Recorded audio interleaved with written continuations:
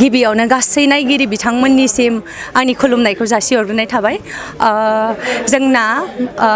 BPF सरकाराहाय सरकार गठन खालामनो हाबाय नैबे 2025 मायथाइयावहाय जोंनि बिटिसि आवहाय आरो बिथांमोनानो फिन खेबसेबावथ' नङा ब्रैथि खेबनि थाखाय आरोबाव सरकार गठन खालामनो हाबाय बेनि थाखायनो आङो बिथांमोननिसिम आंनि गोसो गोरबोनिफ्राय आंनि गोजोन हामलायनायखौ जासिहरग्रोनाय जाबाय आं बेखौनो बुंनो सानोखि बिथांमोना जिहेतुके सरकार गठन खालामबाय आङो मिन्थिनो हायो एबा जों गासैबो बुजिनो हायोखि बिथांमोना जोंनि रायजो राजा बिथांमोननि हेफाजाबजों एबा बिथांमोननि भट होनायजोंनो बिथांमोना देरहानो दिनै जयग' जाबाय आरो बेखौ गासै नोंथांमोनानो पाब्लिक